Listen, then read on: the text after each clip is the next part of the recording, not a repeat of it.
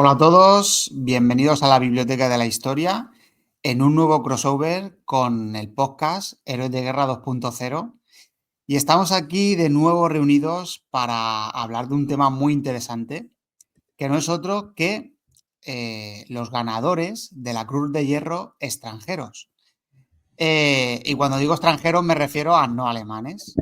Y para hablar de este tema, ¿quién sino que el escritor y divulgador militar José Antonio Márquez, que tiene un libro sobre el tema? Bienvenido, José Antonio. Hola, ¿qué tal, Gerión? ¿Cómo estás? Como siempre, encantado de estar aquí. Iba a decir entre amigos, pero al final ya no sois amigos, sino que sois parte de esta pequeña gran familia, ¿verdad? Que es Héroes de Guerra Exactamente. 2.0 y lo más importante, la biblioteca de la historia, que no es nuestra biblioteca, sino que es la historia y la biblioteca de todos vosotros. Exactamente. Pues nada, nos traes un tema muy interesante, ¿no? Siempre son temas, eh, digamos, rebuscados, ¿no? Porque te metes en cada follón y en este caso,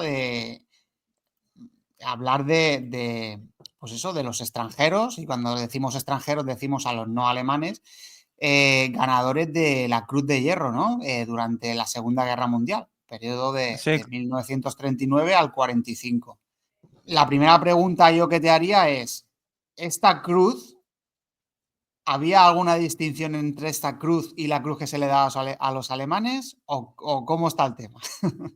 no, ninguna. De Vale. hecho, si recordáis, hay diferentes tipos o categorías de cruces de hierro, ¿de Mm, acuerdo? Siendo la más importante de todas, la Cruz de Caballero.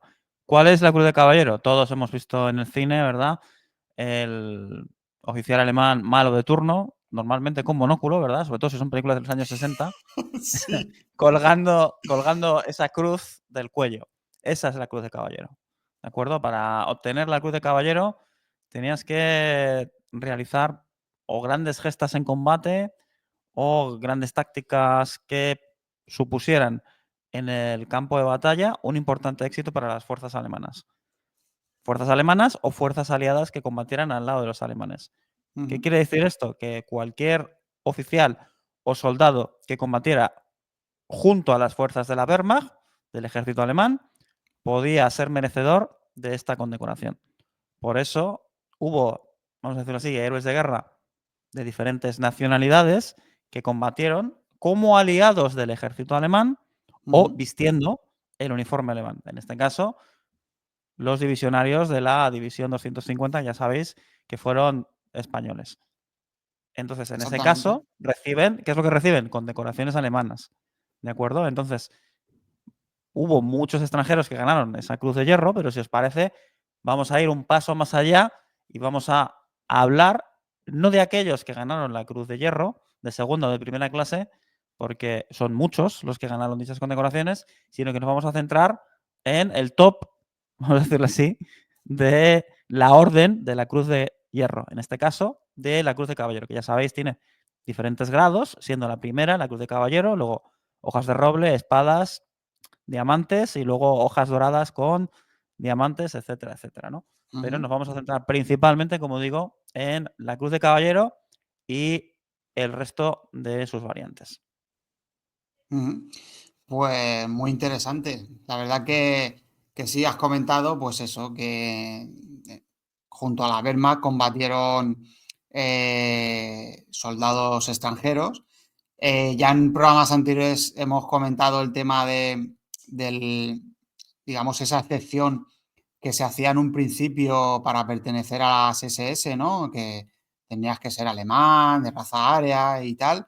Digamos que al principio eh, tenía muchos requisitos, ¿no? Para ser admitido en las SS y como comentamos, pues a lo largo ya de la guerra, cuando la carne de cañón, por así decirlo, era necesaria, ¿no? Y ya los alemanes ya no las tenían todas consigo, pues poco a poco ya fueron admitiendo en las SS todo tipo de unidades con todo tipo de procedencia racial, ¿no? O sea que esto es curioso también, como al final la propia desdicha de la guerra y la propia necesidad hace que esos valores que has adoptado en un principio, ¿no? Pues se vayan diluyendo, ¿no es así, José Antonio? Sí, efectivamente. Cuando hay necesidad, pues cualquier bicho es bueno para meterlo en la cazuela, ¿no? En este caso, traspolando este ejemplo a la Segunda Guerra Mundial, ¿qué es lo que se necesita? Pues carne de cañón, Gerión, tú ya lo has dicho.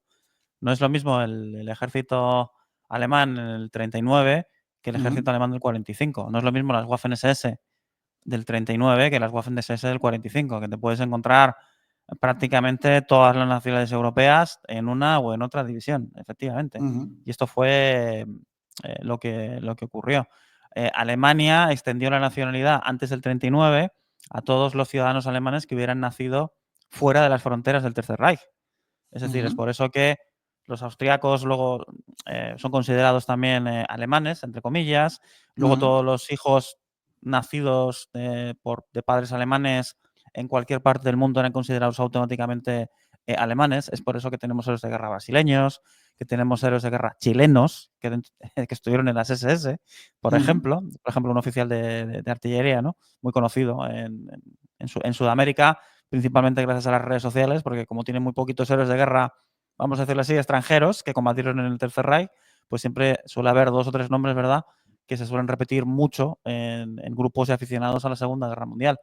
Y principalmente es que hubo héroes de guerra de todas nacionalidades. Mira, estoy aquí, tengo aquí la lista abierta, podemos hablar de héroes de guerra daneses, eslovacos, españoles, porque hubo no 3, no 2, sino 2, un tercero, que es uno de estos Volksdeutsch, ¿de acuerdo?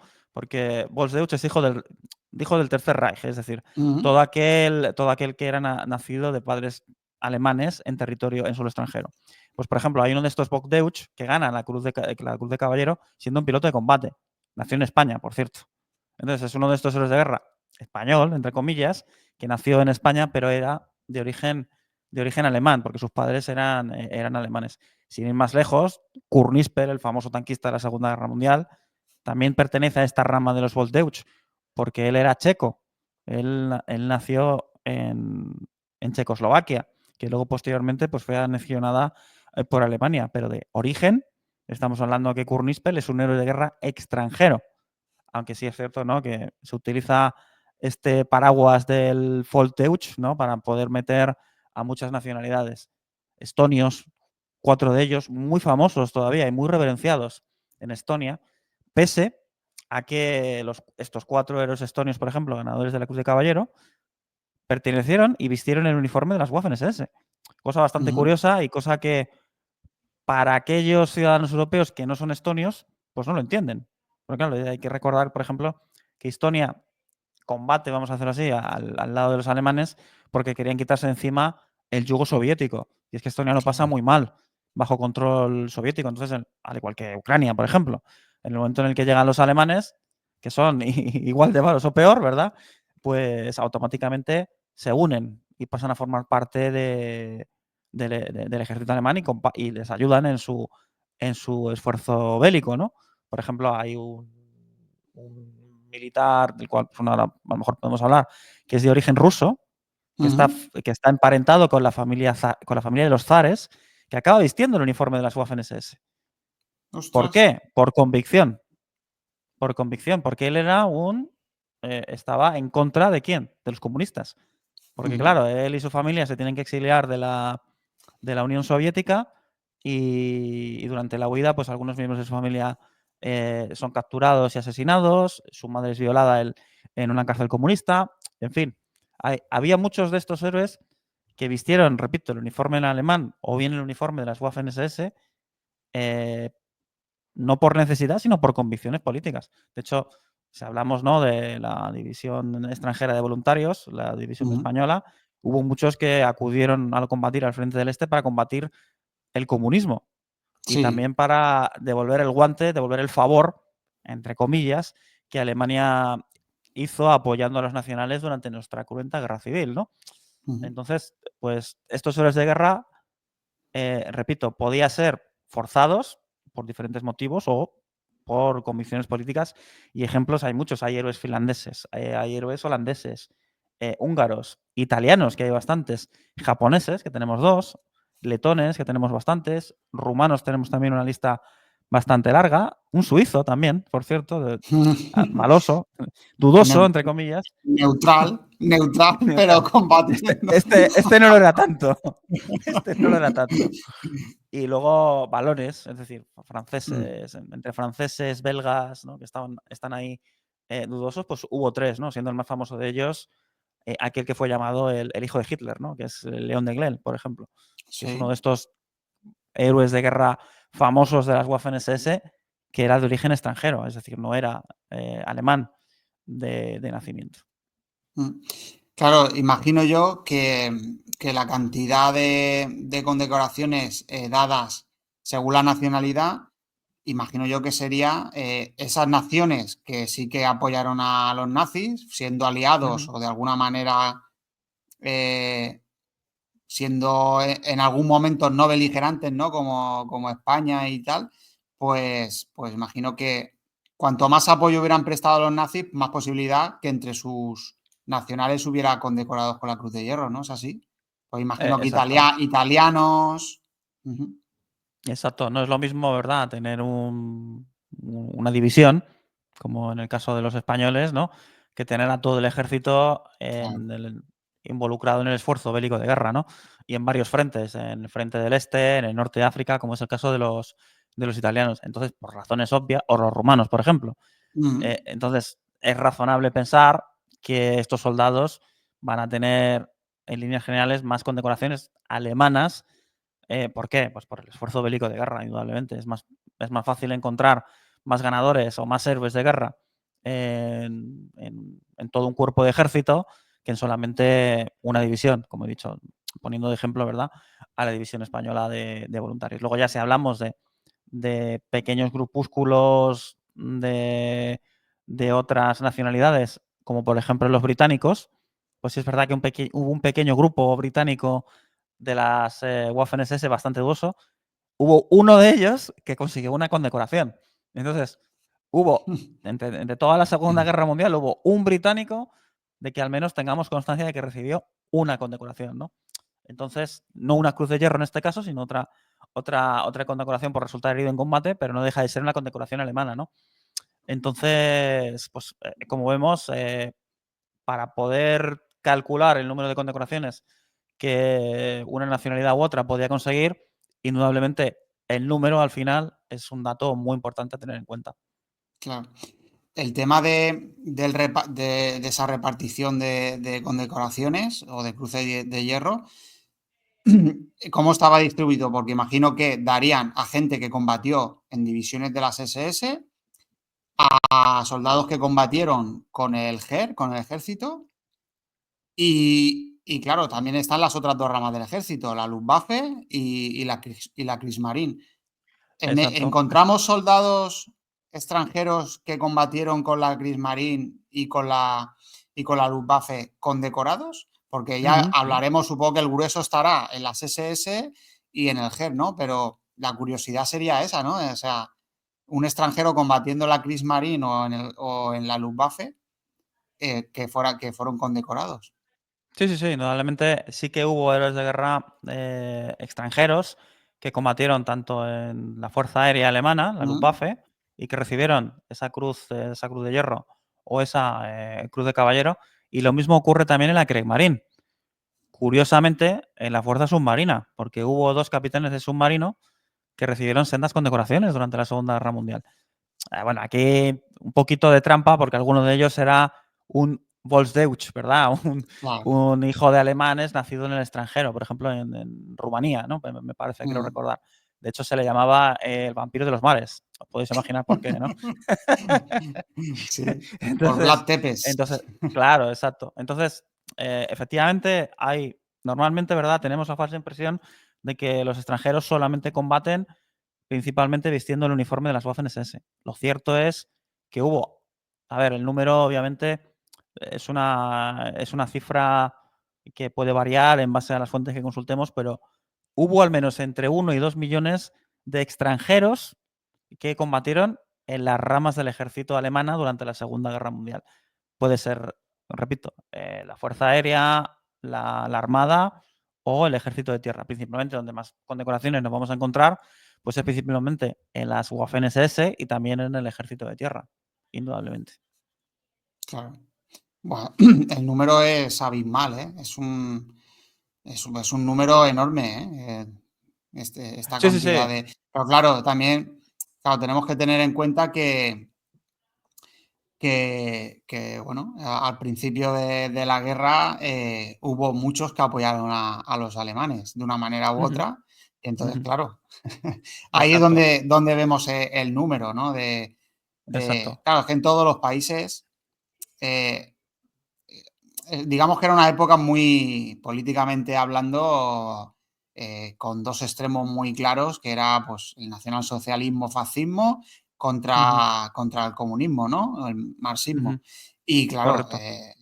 en algunos países, pues eso, tenemos el ejemplo de España bueno, que siempre se ha dicho que los divisionarios de la División Azul, de la División 250, no combatieron, digamos, apoyando a Hitler, entre comillas, porque bueno, pero sino que combatían en contra o sea, combatían contra el comunismo, ¿no? Por esos sufrimientos, ¿no? Que habían vivido durante la guerra civil y todo eso.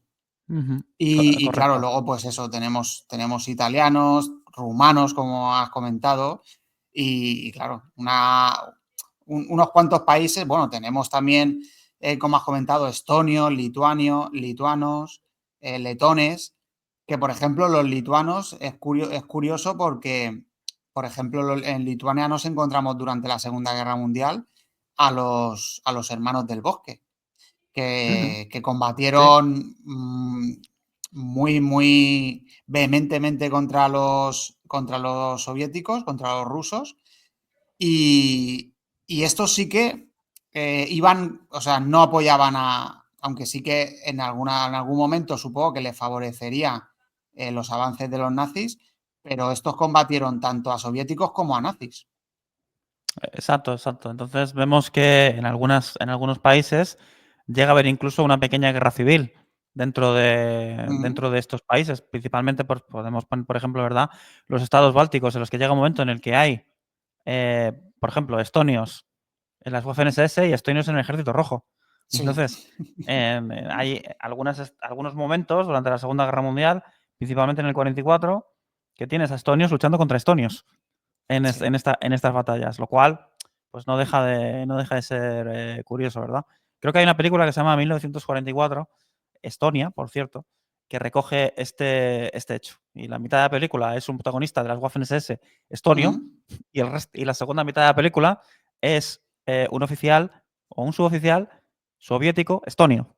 Entonces los dos ujú. se encuentran en una batalla muy famosa, de la cual un día, Gerion, si quieres, podríamos hablar aquí, porque es una batalla que conozco muy bien, que es la famosa batalla de las Colinas Azules. Famosa para mí, porque es una batalla en la que las Waffen-SS demuestran y el ejército alemán demuestra que todavía no está hundido en el 44. Normalmente no, solemos tener la falsa impresión de que el ejército alemán está deshecho en el 44.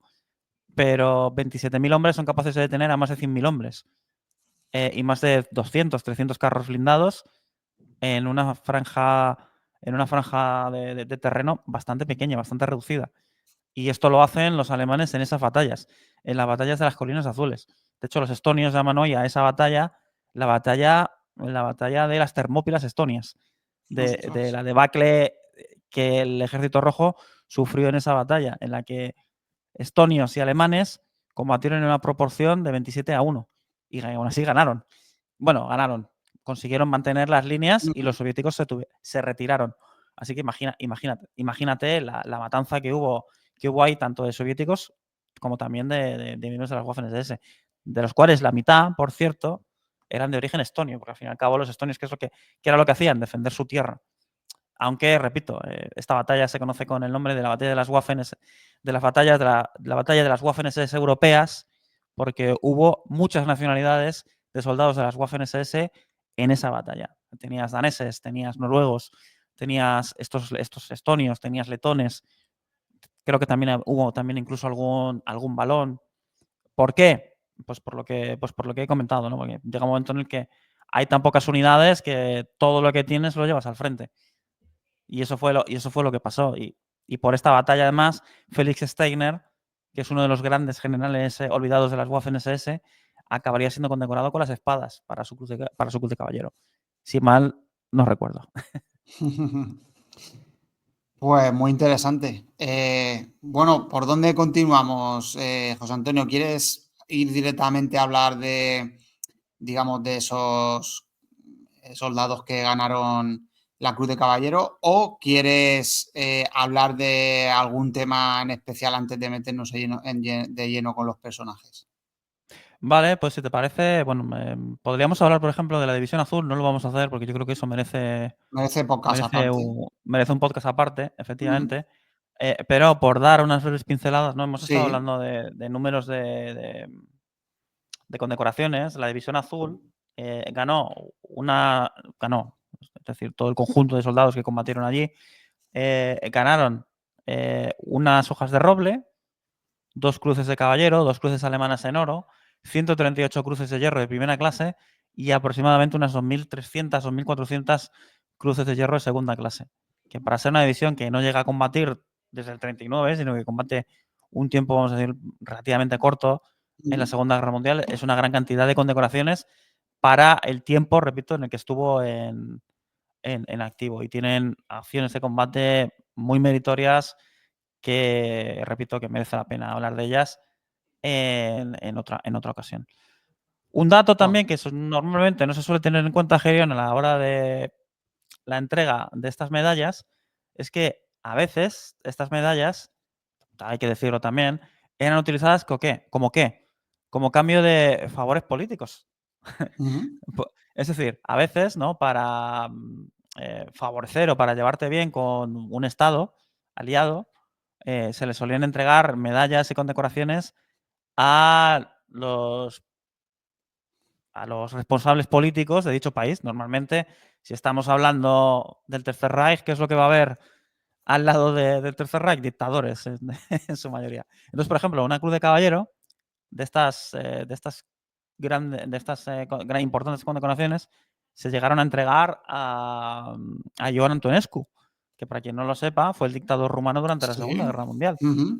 ¿Por qué? Sí. Por el papel que el ejército rumano realizó durante la Segunda Guerra Mundial en Rusia principalmente. Curiosamente, no se le entregó a, a un general de forma directa, pero sí que se le entregó directamente a él. ¿Por qué se hacía esto? Pues por lo que ya he comentado, ¿verdad? Para mantener esas buenas relaciones con países aliados. La biografía de este dictador romano es muy interesante y de nuevo, Gerion, te vuelvo a tender la mano para que hablemos de él en otro momento, porque no es el mejor ejemplo, ¿verdad? A la hora de hablar de caballeros de la Cruz de Hierro, eh, porque él ganó esa condecoración por lo que Claro. os estoy comentando, principalmente Temas por este políticos. intercambio de favores. Ujú.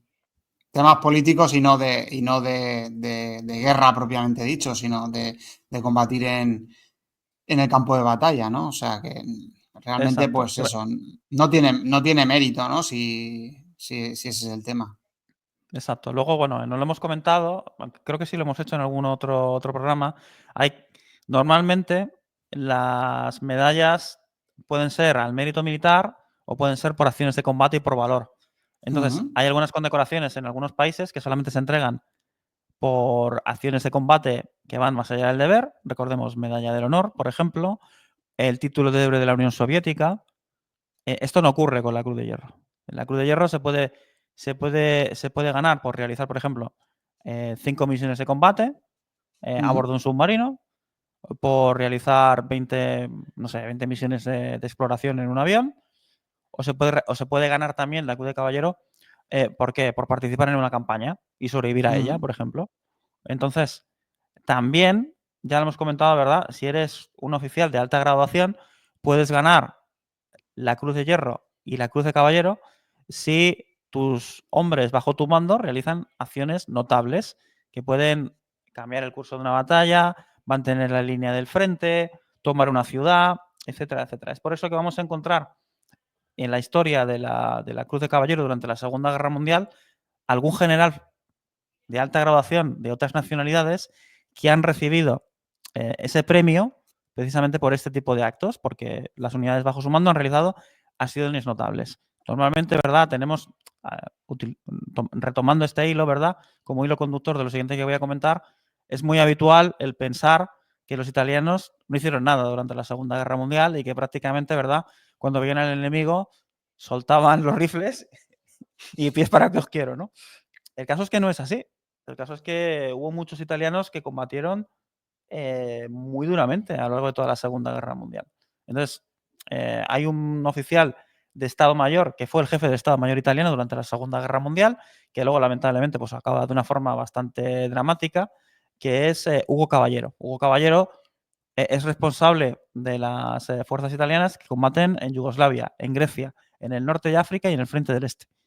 Por las acciones meritorias de los italianos, él acabaría siendo condecorado con esa cruz de caballero de la Cruz de Hierro. Entonces, que nos puede servir, repito, como ejemplo a la hora de hablar del mérito que estos héroes extranjeros realizaron durante la Segunda Guerra Mundial.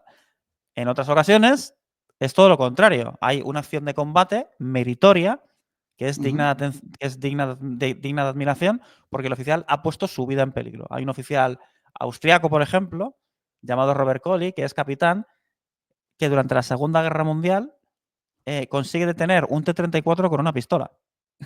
Con una pistola Ostras. Luger.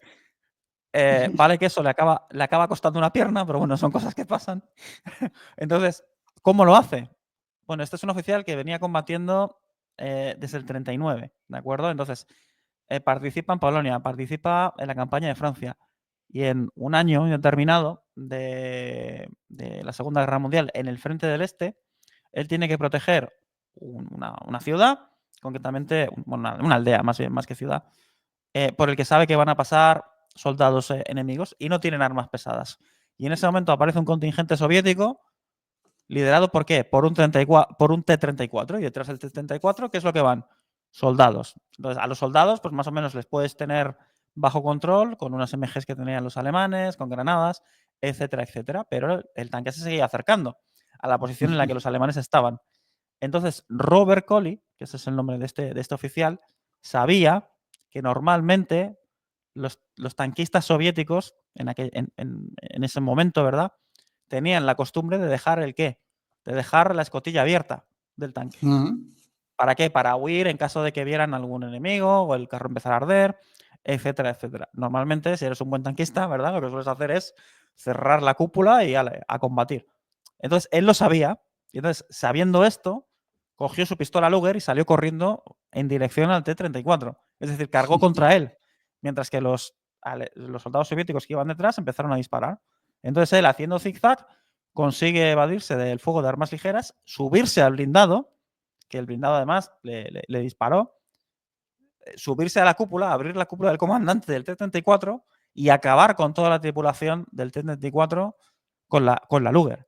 Y así, de esta Ostras. forma tan curiosa, consigue detener a ese T-34 y los soldados soviéticos, al ver que el T-34 se detiene, se retiran. Por esa acción de combate, este soldado extranjero, porque es austriaco, no es alemán, ¿qué es lo que gana? La Cruz de Caballero de la Cruz de Hierro. Luego, posteriormente, trata de hacer lo mismo en una segunda ocasión, pero esta vez ya no le sale bien. Y el T-34 dispara una bala explosiva y acaba perdiendo una pierna o las dos piernas. Entonces, para él se acabó la guerra. Pero sobrevive a la Segunda Guerra Mundial y, repito, gana esa Cruz de Caballero por esa forma. Entonces, ¿verdad? Vemos ya que efectivamente hay diferentes formas de ganar esta condecoración.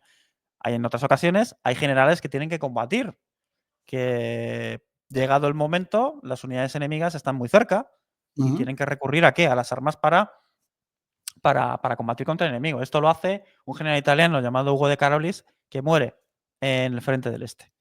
Entonces, es por esto que a este general italiano se le concede la Cruz de Caballero a título póstumo, por ejemplo.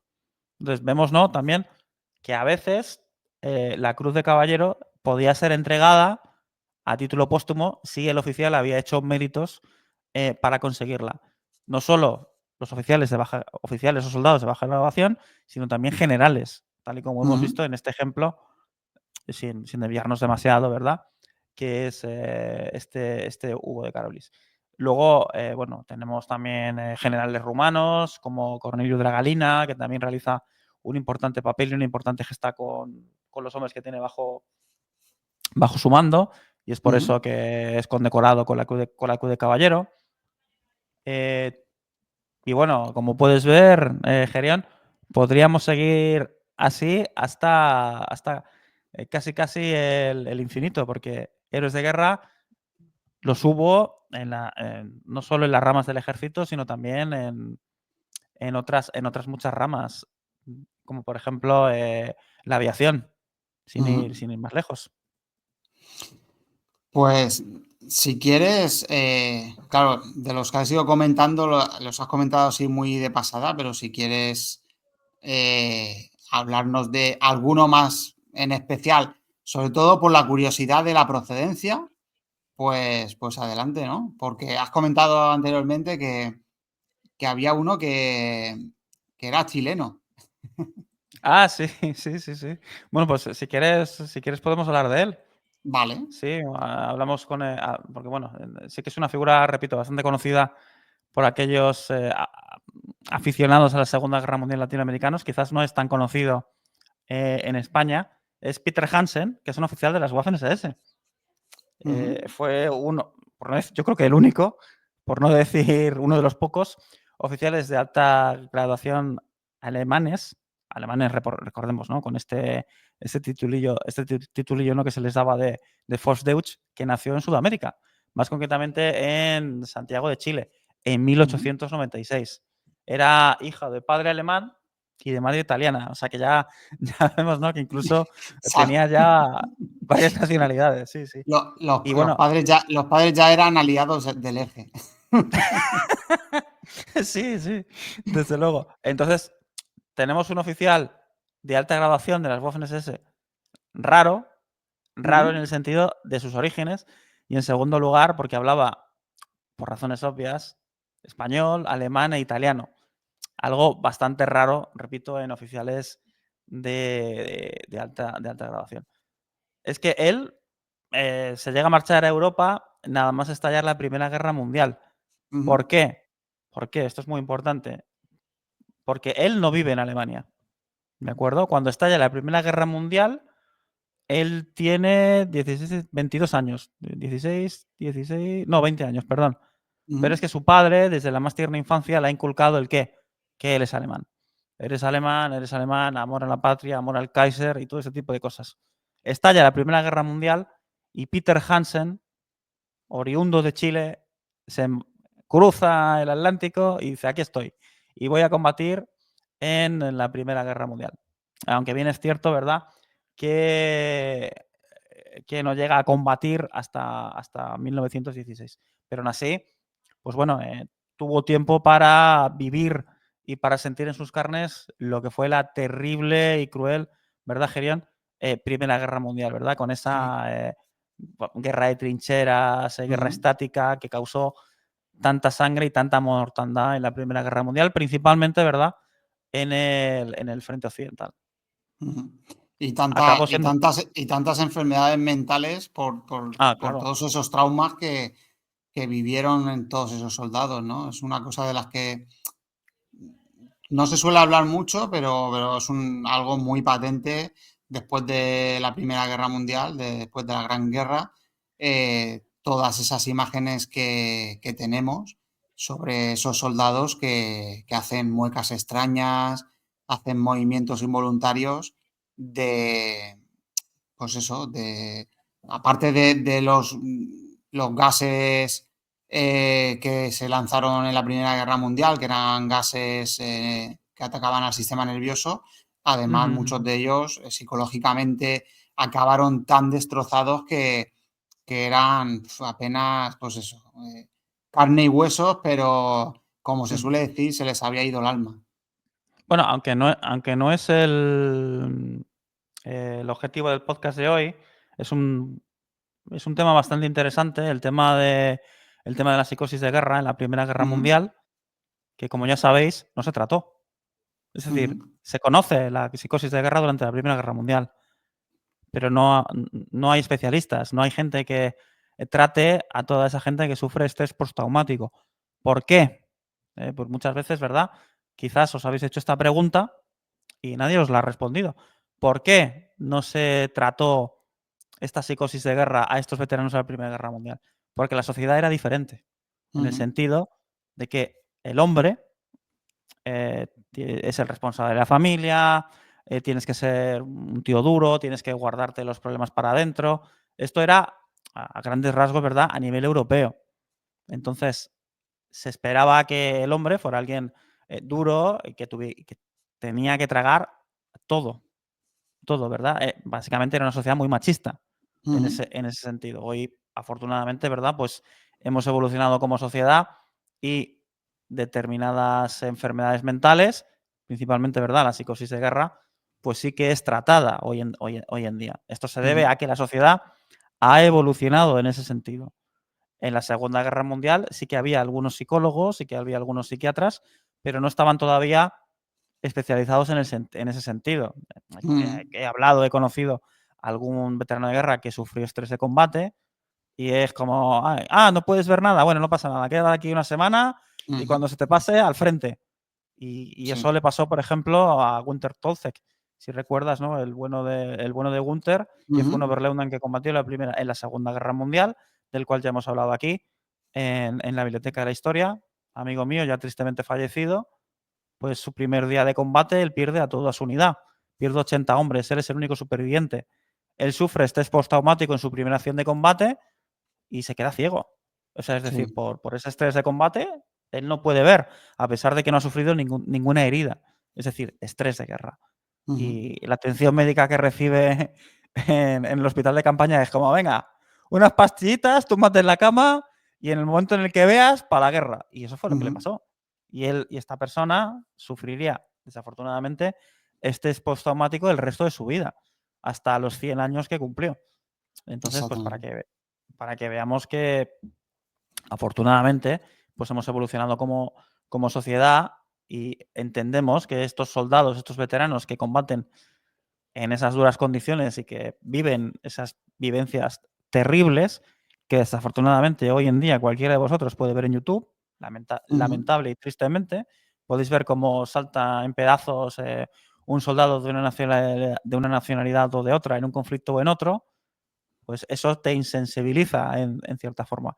Pero os digo que no es lo mismo verlo en internet, sentado en tu casa tranquilamente tomándote ujú. un café, que estando allí en primera persona.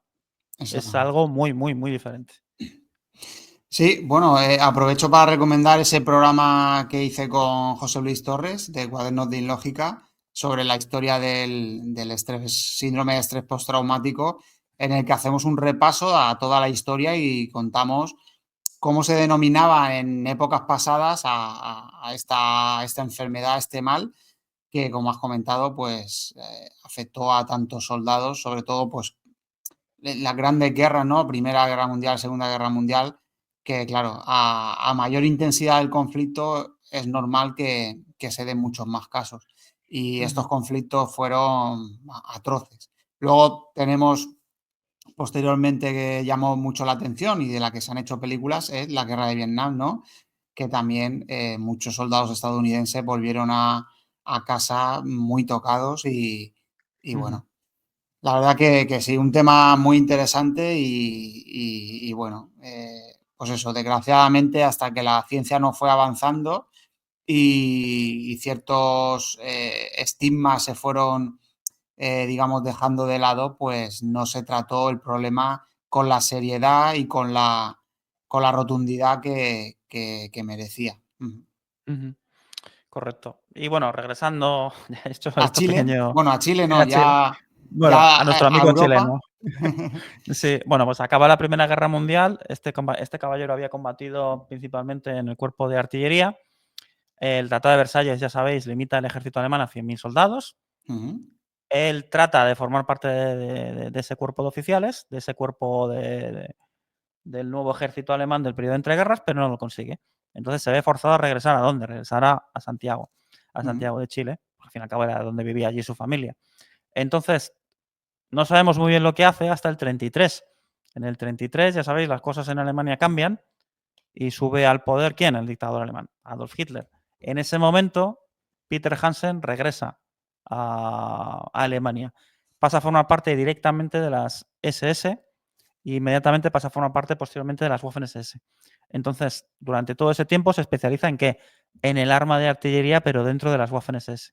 Entonces, durante todo ese tiempo, desde el 33, va a empezar a adoctrinar, va a empezar a enseñar principalmente estrategia con qué? Con la artillería.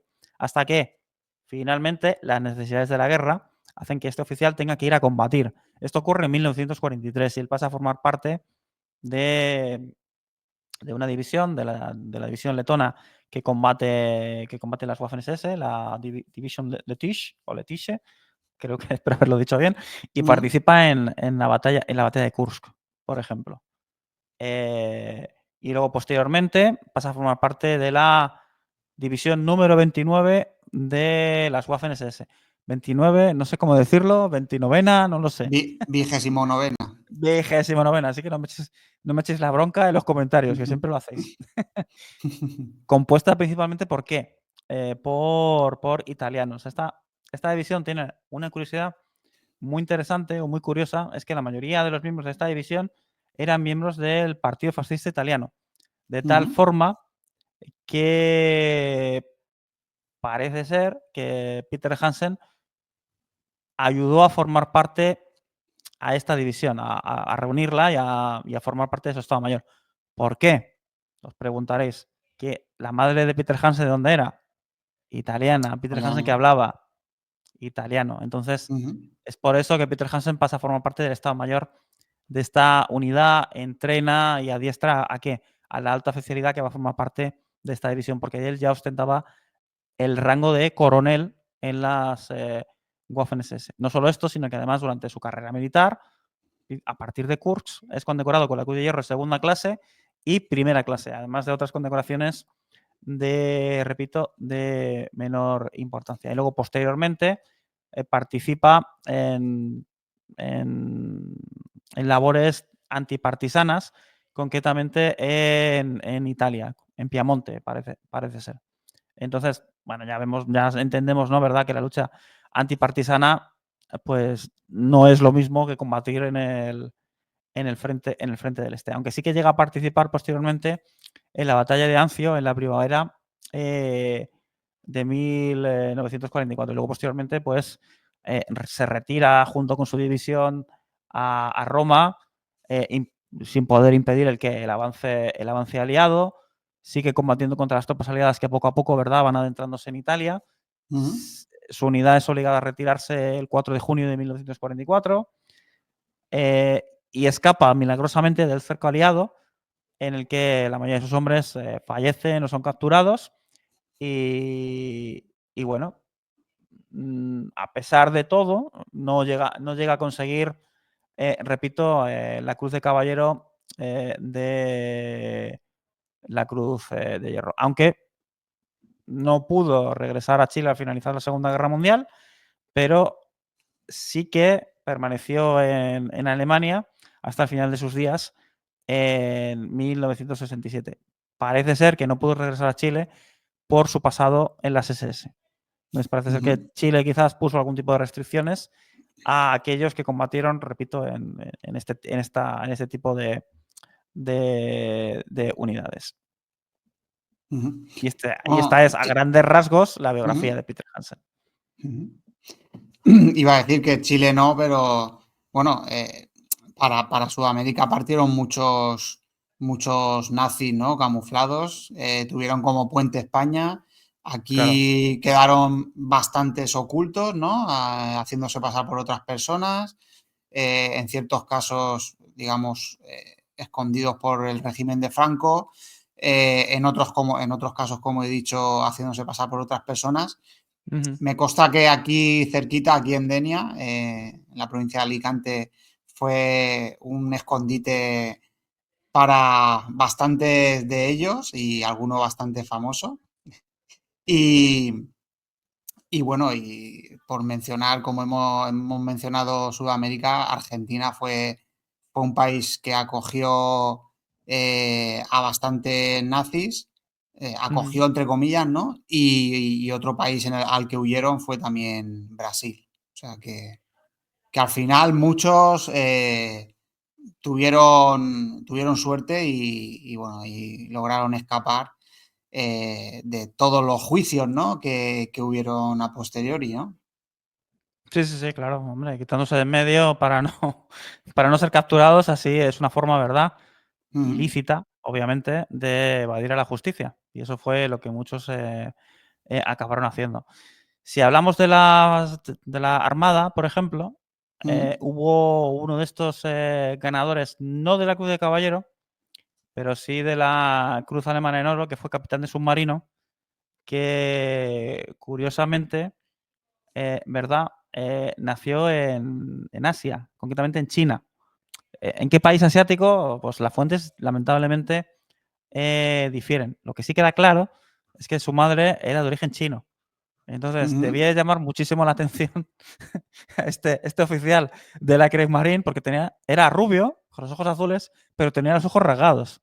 Entonces, si buscáis una foto suya, se llama Heinz Bielfeld, pues veréis precisamente estos ojos rasgados a los cuales estoy haciendo mención. Pues llegó a ser Oberleutnant sur See, que es teniente de navío, y repito, fue capitán de submarino. De hecho, sirvió como oficial en el U-97 y posteriormente fue oficial de guardia en el U-151. Participa luego, posteriormente, en la futura dotación de un submarino, que es el 703, el U-703. Esto era muy habitual. Es decir, tú eras un oficial a pesar de que fueras un oficial de carrera, normalmente para poder ser parte de la fuerza submarina y poder tener un mando propio, es decir, ser capitán de submarino, primero tenías que ejercer labores de oficial, ujú, oficial de derrota, oficial vigía, segundo oficial en otros submarinos. Digamos que así aprendías el oficio y también sabías lo que era el qué, una patrulla de combate, en el que quizás el submarino en el que ejercías como oficial podía conseguir algún éxito y ya esa experiencia ya la podías, vamos a decirlo así, compartir con tu nueva tripulación. Porque claro, al fin y al ujú, cabo, la persona más importante en un submarino no deja de ser el capitán. El capitán es el que va a tomar todas las decisiones de la que va a depender la vida de todos los marineros que están dentro de ese sumergible, que recordemos que son bastante vulnerables al fuego enemigo. De hecho, ujú, muchos submarinos alemanes durante la Segunda Guerra Mundial fueron hundidos por aviones, por ejemplo, o incluso por aviones Catalina, ¿no? Que tiraban ahí 2 o 3 bombas y el submarino se partía en 2 en el momento en el que una de esas bombas, ¿verdad? ujú, Impactaba en la cubierta del submarino. Pues este caballero tiene una importante acción de combate el 31 de diciembre de 1943, cuando consigue destruir el destructor HMS Somalí. Y luego, posteriormente, es condecorado con la Cruz Alemana en Oro por sus servicios dentro de la Kriegsmarine.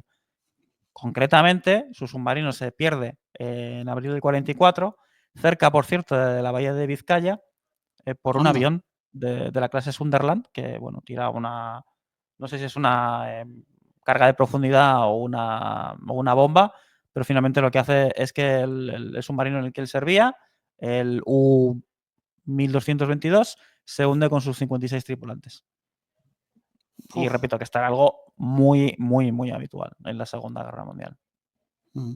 O sea, que cuando murió ya la habían condecorado, ¿no? Que no fue una condecoración a título póstumo.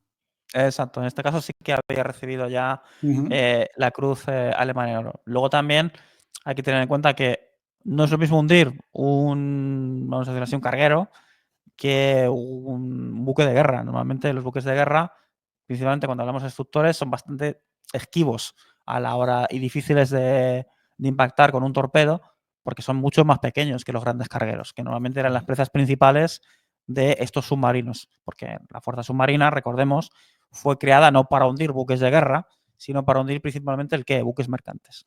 ujú, Esto lo tienen claro todas las dotaciones alemanas que combatieron en la Segunda Guerra Mundial. Pero en algunas ocasiones, estos barcos, estos buques, conseguían algún éxito digno de mención a la hora de hundir el qué? buques de guerra. Entonces, es por eso que he mencionado el hundimiento de este destructor, porque es algo muy, muy raro. Es muy raro que, repito, un submarino alemán hundiera un buque de guerra. Obviamente hubo bastantes ejemplos a lo largo de la Segunda Guerra Mundial, pero no era lo habitual. Ujú. Curioso, curioso este soldado con, bueno, la mitad de la sangre china, ¿no? Su madre era china. Muy curioso esto. Sí, sí, sí, sí, Eh, sí, desde luego. ¿Seguimos con alguno oriental más? Bueno, lo bueno de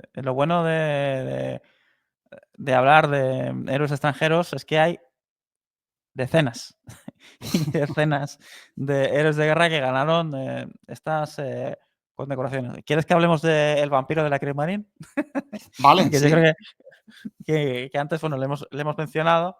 Bueno, pues este caballero es también un capitán de submarino, se llama Hans Troyer y nació en 1916 en Rumanía. No sabemos nada de sus padres, eh, pero lo más seguro, por no decir casi casi al 100%, es que sus padres, o al menos su padre, era de origen alemán. Es por eso que Ujú, él pasaría a formar parte de estos Volksdeutsch a los cuales hemos hecho mención al principio del podcast. Eh, obviamente, pues como en todo ejército, ¿verdad? Pues a unos y a otros les ponen motes. Pues el mote de este caballero cuando pasa a formar parte de la fuerza submarina, pues era muy fácil, el conde Drácula. aquí sus compañeros de clase, digamos, que no se estrujaron demasiado el cerebro, ¿verdad? Sí es importante destacar que él forma parte de una de las promociones más famosas de capitanes de submarino de la Segunda Guerra Mundial, porque él pasa a formar parte de una promoción que se llama la Tripulación Olimpia. ¿Por qué? Porque esta promoción acaba en 1936, momento en el que está sucediendo algo importante en Alemania, el que los Juegos Los Olímpicos. Juegos Olímpicos del Entonces, 36. Ujú, todos los primeros ases de submarino, o al menos la mayoría, los más importantes, pertenecen a esta promoción. Entonces, es bastante probable que Gunther Prien, eh, el capitán de submarino más famoso de la Segunda Guerra Mundial, más que incluso que Otto Kresmer es el mayor as submarino alemán de la Segunda Guerra Mundial, que no es la historia, lo cual ujú. ya podríamos hablar otro día largo y tendido de esto, Sí. pues seguramente compartieron pupitre, o por lo menos se vieron en las aulas, no me cabe la menor duda. Entonces, pues aprende el oficio en el U-34 y en el U-67 por estas acciones de combate y estas patrullas de guerra en estos dos submarinos, acaba ganando la Cruz de Hierro segunda clase y la Cruz de Hierro primera clase. Eh, no había acabado, parece ser, su formación y es enviado a un buque escuela, en este caso el U-3. ¿Por qué? Para enseñar a nuevas dotaciones. El problema que tenía la Kriegsmarine es que necesitaba muchos capitanes de submarino y muchas dotaciones. Ujú, La Kriegsmarine del 39 está todavía en pañales. La fuerza submarina es muy pequeña. Se empiezan a producir submarinos a gran escala, pero no hay dotaciones, no hay capitanes de submarino. Entonces, a algunos oficiales se les quita de los submarinos que ya están combatiendo y pasan a formar parte de qué? De estos buques escuela para entrenar a nueva oficialidad. Es por eso que él está, vamos a decir así, fuera de circulación durante bastante tiempo, hasta el 42. Es decir, entre el 40 y el 42 no combate porque está, repito, en estas escuelas. Obviamente, mientras sus compañeros de promoción se ponían medallitas en el uniforme y tenían su propio mando, él no. Entonces él pidió una y otra vez, eh, acudir al campo de batalla, tener su propio mando de su propio submarino. Aquí es como si coges al Capitán Kirk, lo pones a enseñar en una academia, pero él quiere volver a la Enterprise. Pues en este caso, el vampiro de la Kriegsmarine, ¿qué es lo que quería? Quería sangre. Quería sangre y quería tonelaje. Tonelaje para añadir a qué? A sus victorias. Entonces, por eso ujú, finalmente, en mayo del 42, se le entrega un mando efectivo. En este caso, un submarino que es el U-221. Realiza diferentes patrullas de combate. No las vamos a mencionar porque si no sería muy largo de contar, pero finalmente por sus acciones de combate consigue varios logros, pero lamentablemente, de nuevo, en su quinta patrulla, su submarino es hundido. ¿Por qué? Por otro de estos aviones, en este caso un avión Halifax, que hunde su submarino y a toda la tripulación en septiembre de 1943. Denich llegó a decir, el comandante del U-221, el teniente Trocher, fue uno de los mejores comandantes de submarino. A pesar de haber realizado solo 5 patrullas de combate, tuvo, vamos a decirlo así, éxitos bastante notables que, repito, le acabaron siendo merecedor de la Cruz de Caballero de la Cruz de Hierro. Curiosa la historia también del vampiro de la Kriegsmarine. Sí, sí, sí. Qué Y curioso. repito, hay decenas y decenas de ejemplos. Si te parece, Gerión, vamos a pasar a la Luftwaffe. Vale, perfecto. Vamos a Lamen- volar. Exacto. Pues bueno, mira, tenemos a un rumano, que es Walter Adolf, que fue especialista en abatir bimotores y fue condecorado con la Cruz de Caballero de la Cruz de Hierro. Lamentablemente, de nuevo, pues fue derribado en combate y acabó muriendo el 18, no, perdón, en noviembre de 1940. No, perdón, en el 41. A pesar de haber conseguido 25 victorias. 25 victorias puede sonar que es muy poco, pero claro, hay que recordar que para ser considerado un as, ¿qué es lo que tenías que hacer? Derribar solamente 5 aviones.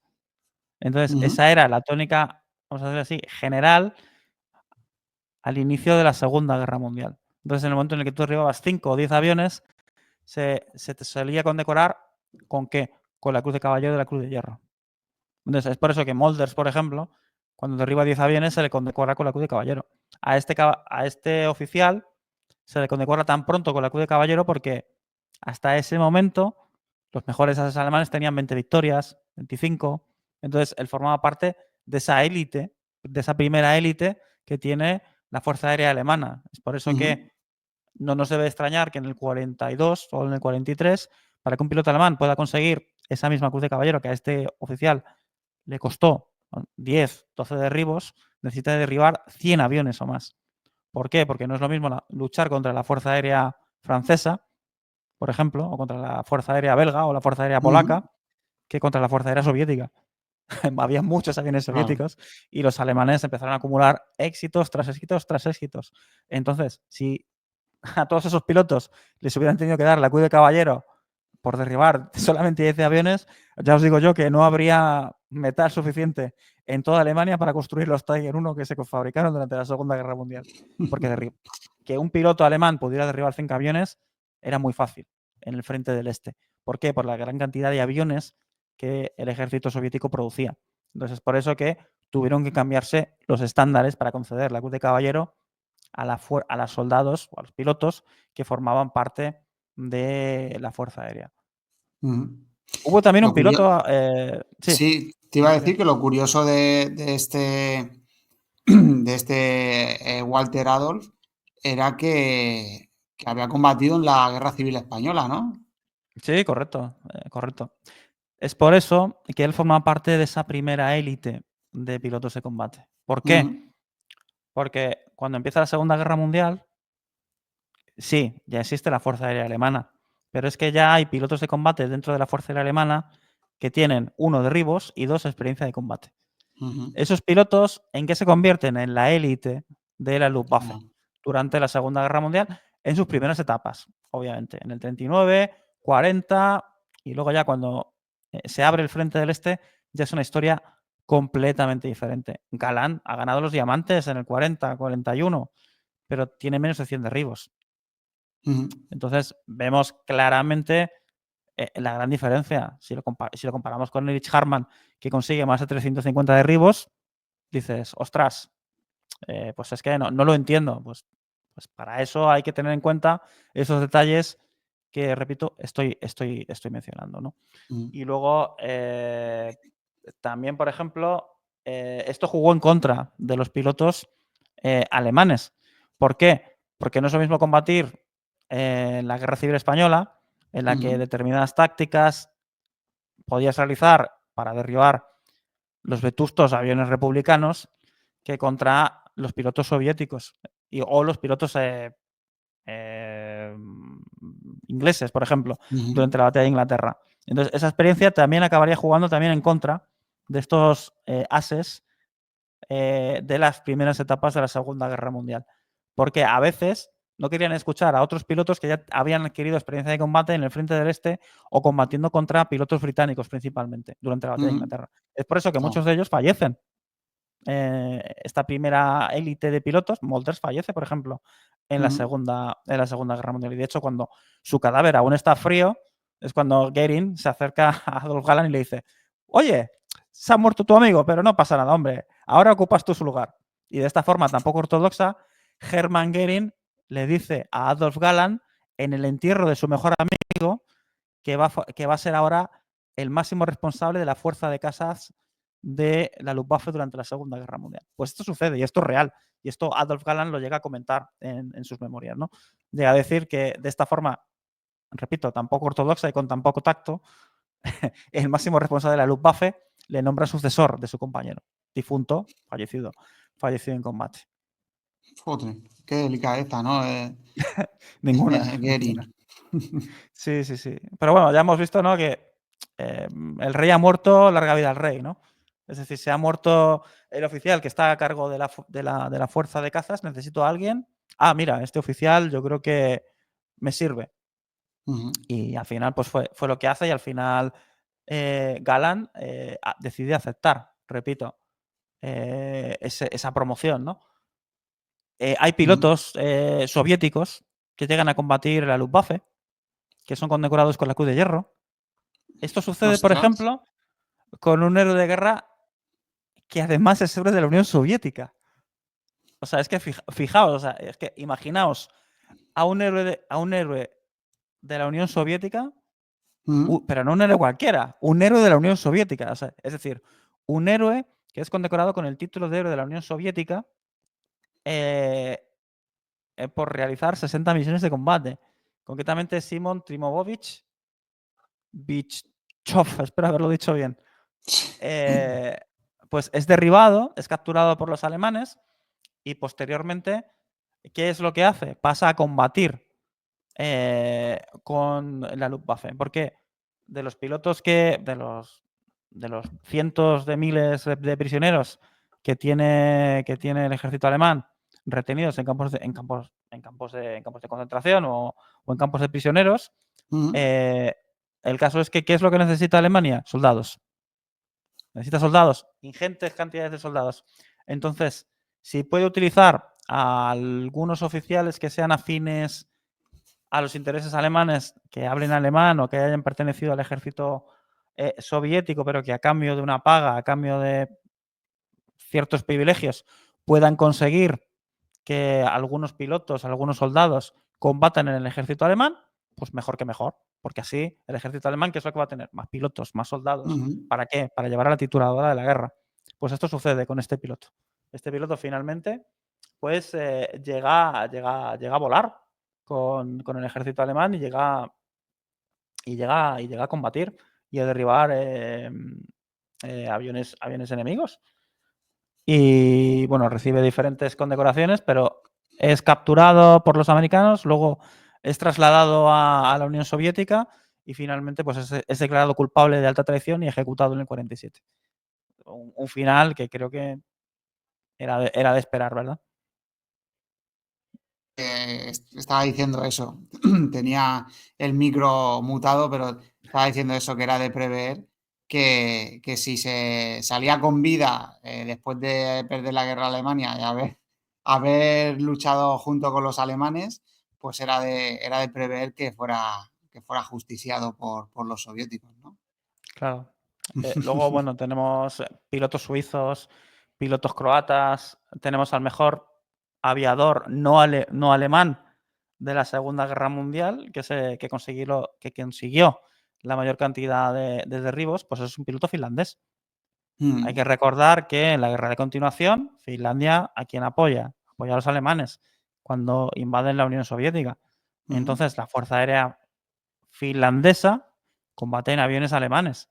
Entonces, hay uno de estos héroes finlandés que pilota aviones alemanes apoyando el esfuerzo bélico alemán cuando invaden la Unión Soviética. En este caso, bueno, estamos hablando de Eino Ilmare Huitlaten, me parece, espero haberlo dicho bien, que, repito, es condecorado con la Cruz de Hierro de segunda clase y con la Cruz de Hierro de primera clase. Sobrevive a la Segunda Guerra Mundial y no llega a ser condecorado con la Cruz de Caballero de la Cruz de Hierro porque no llega a conseguir esa marca de esos 100 derribos a los cuales hemos hecho mención.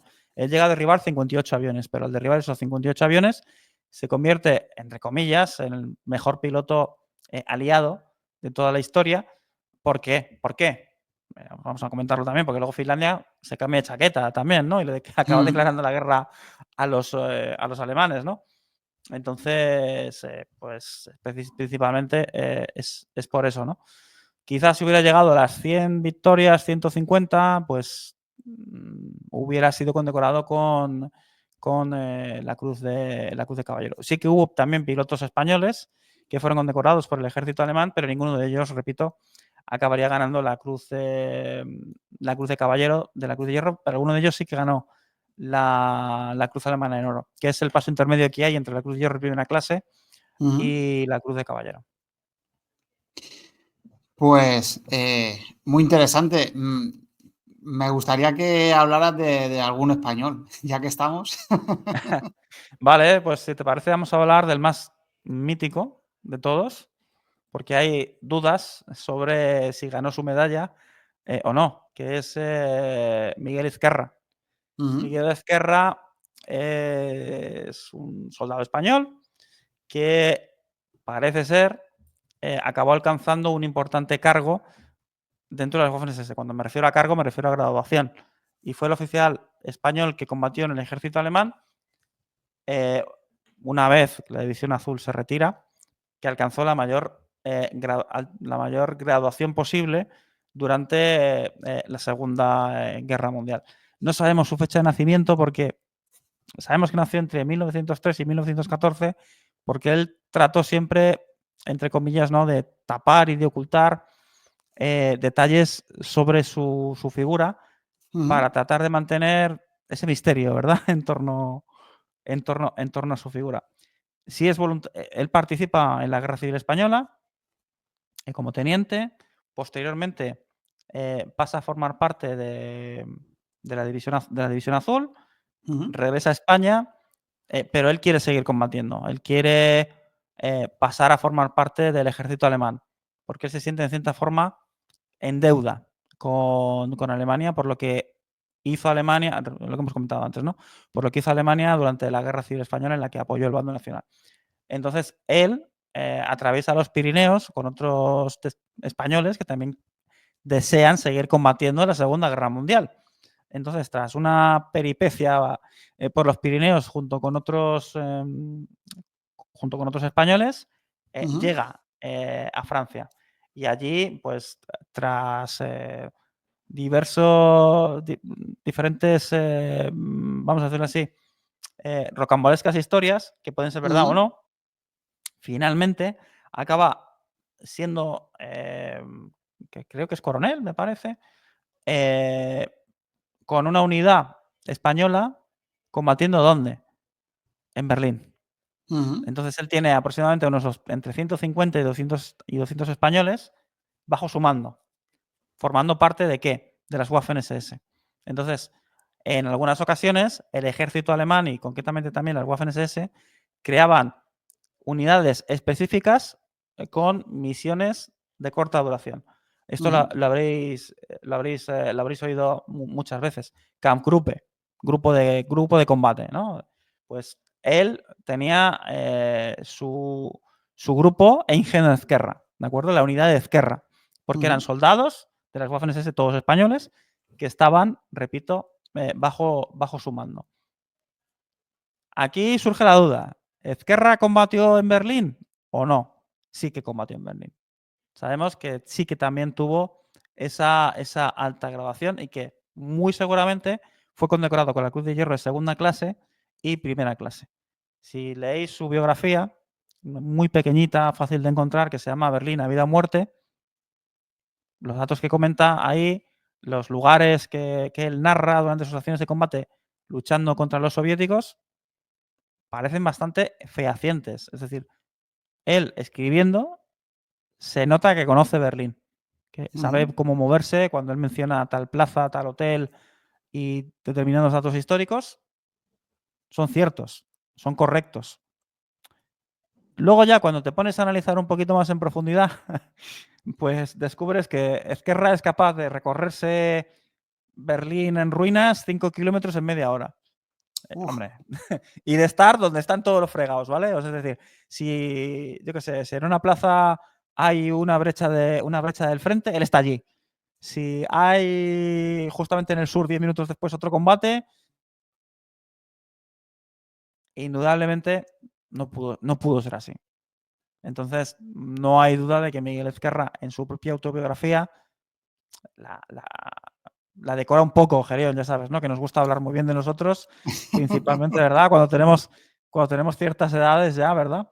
Y cuando ya nos empiezan a salir canas, en plan de, no, es que yo estuve aquí, hice esto, hice aquello, y lo adornamos y decoramos un poquito más. Claro, cuando él publica su libro en los años 70, pues hombre, no es lo mismo la información que un lector medio puede tener en los años 70 sobre Berlín que hoy en la actualidad. O gente que pues lleva muchas obras detrás, ha leído mucho sobre la batalla de Berlín, y en el momento en el que yo me cojo el libro de Ezquerra, digo, vamos a ver qué verdades y qué mentiras nos guarda nuestro compañero Ezquerra, ¿no?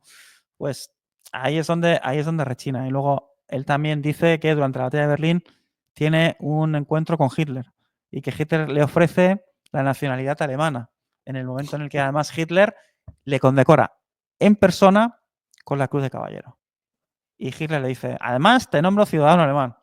Y él rechaza ese mérito o ese premio diciendo, no, mi Führer, yo soy español. ¿Qué hay más español, verdad? Que decirle al dictador alemán que no quiere ser alemán, que eres español, ¿no? Pues bueno, hombre, chirría un poco, la verdad. Y más cuando yo he hablado con gente que estuvo en el Führerbunker y no les suena haber visto a ningún español de las Waffen-SS siendo allí condecorado, ¿no? O teniendo una reunión con Hitler en el Führerbunker en las horas finales del Tercer Reich. Hitler, francamente, estaba para otras cosas. Y luego, posteriormente, pues bueno, tiene una larga historia de supuesta carrera como mercenario, como espía, pero bueno, eso lo dejamos ya para el mundo de la superstición, ¿no? Porque a él siempre le gustó vender mucho su figura. Sea verdad o no, no hay duda de que Miguel Ezquerra fue un cargo, tuvo una posición, un rango importante dentro de las Waffen-SS, que tuvo al menos a 200 españoles bajo su mando y que combatió en Berlín en las etapas finales de la Segunda Guerra Mundial. Pues muy interesante, José Antonio. Bueno, hemos tocado un poco, arañado, ¿no? Las tripas de este libro que está titulado Extranjeros de la Cruz de Hierro. Y bueno, en él tenemos muchísimos más personajes de los que nos has hablado. Algunos de ellos habla bastante en profundidad, cuentan muchísimas anécdotas. Y nada, la verdad que, como siempre, José Antonio, un auténtico placer el que vengas a la biblioteca de la historia y el que hagamos estos crossover con tu podcast Héroes de Guerra 2.0. Nada, como siempre, el placer ha sido mío y ya sabes, Gerión, nos emplazamos para otro especial aquí en tu querida biblioteca. Pues sí, porque siempre que hacemos un programa van saliendo temas nuevos que tocar y de los que hablar. O sea que vamos, siempre nos ponemos deberes para futuros programas. Desde luego, desde luego. Ya has visto, fíjate si hay temas y héroes de los que hablar. Ya solo del papel, por ejemplo, de Ion Antonescu en la Segunda Guerra Mundial, ya Ujú, tienes para 2, 3 horas de podcast fácilmente. De los pilotos españoles que combatieron en la Escuadrilla Azul, en la primera, segunda, tercera o cuarta, porque hubo 4. ujú, Qué sé yo. Esteban Infantes Muñoz Grandes, que son los dos grandes generales de la División Azul que fueron condecorados con la Cruz de Caballero. En fin, mil y una historias. ujú. Pues hasta aquí el programa de hoy. Como siempre, dejaré en la descripción del audio los enlaces a las plataformas de compra de los libros de José Antonio. Y bueno, como siempre, un saludo enorme a todos los oyentes. Gracias por escuchar el programa y por acompañarnos en esta aventura que es la divulgación histórica. Un saludo a todos.